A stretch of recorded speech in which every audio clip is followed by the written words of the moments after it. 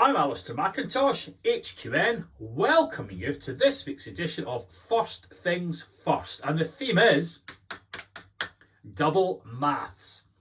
Our friends at the Regulator of Social Housing have just issued their value for money metrics for 2019-2020. What lessons can we learn? This is important stuff. It is a regulatory requirement that every board and executive team properly understands its value for money and is taking steps to improve how efficiently it operates. Let's get under the skin of the numbers, and I'm very indebted to my colleague Ian Parker for looking at the regulator's figures and doing a lot of his own modelling to really get to grips with what's under the bonnet. Before we get into the figures, I've been to two excellent board away days over the last month. In the first one, it was a relatively small provider, high proportion of care and accommodation for the elderly. No obvious or easy peers, but they did look at a range of organisations with some similarities.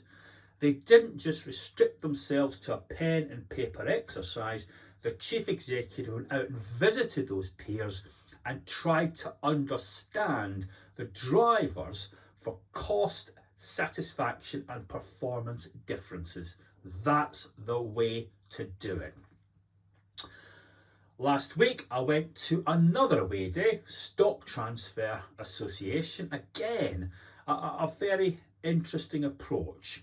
They had a team of consultants come in and analyse the key characteristics of their residents and how that affected the sort of services they had to deliver.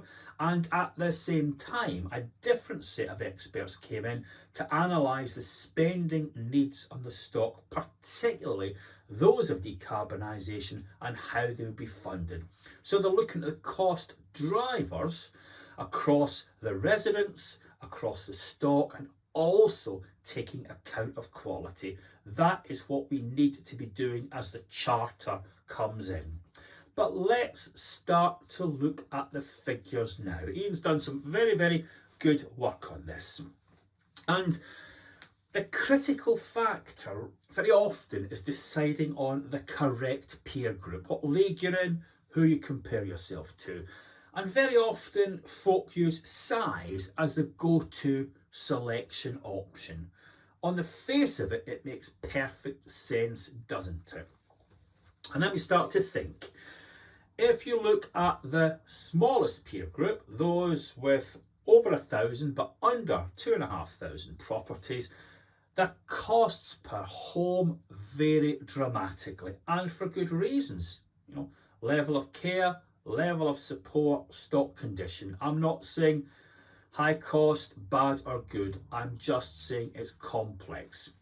But let's just look at some of these figures. In that particular peer group, the median cost is £4,600. The maximum is, wait for it, 27,000, but the cheapest is 2,300. That's not an easy peer group to work with, and I would suggest that it's simplistic to overemphasize the similarities based on size. Now Max is about to put up a diagram that Ian's prepared on the screen. Now we've always known that the smaller associations in the data set are affected by levels of care. They're also now affected by a start-up that is basically geared up to be a big association but hasn't yet acquired the stock. So we know there are difficulties using that data set. But let's look at the very largest associations in the country, those with more than 30,000 homes.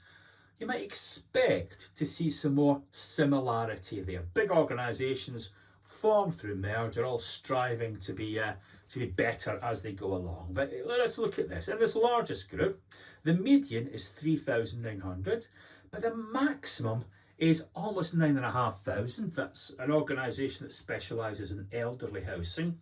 And the cheapest is barely 2,500. And you start to wonder, do you not, about the merits of comparing yourself simplistically either to the mean or the median. The answer is to identify peers with some similarities and get to grips with the reasons for different costs and quality standards. It's not an easy exercise. It cannot be done at the touch of a button, and you actually have to visit people and talk to them and truly understand why the costs are different. And that doesn't mean giving yourself excuses and adjusting your figures for stock condition and everything else and not adjusting other people's. It has to be a proper, honest exercise to get to grips with costs and quality. We really have to make progress on this because you're well aware, are you not, of the challenges in the economy that is bound to affect housing, and it is inevitable we will be challenged to do much better on value for money. There is no perfect way to do it, there is no perfect peer group, but the point isn't to comply, it's to understand where you are as a springboard to getting better. We will be publishing the model and some data in the coming weeks. I hope you find that useful. I hope you find this session useful. Sorry it's been a bit data heavy, and I very much look forward to seeing you all again next week. Thanks for your attention.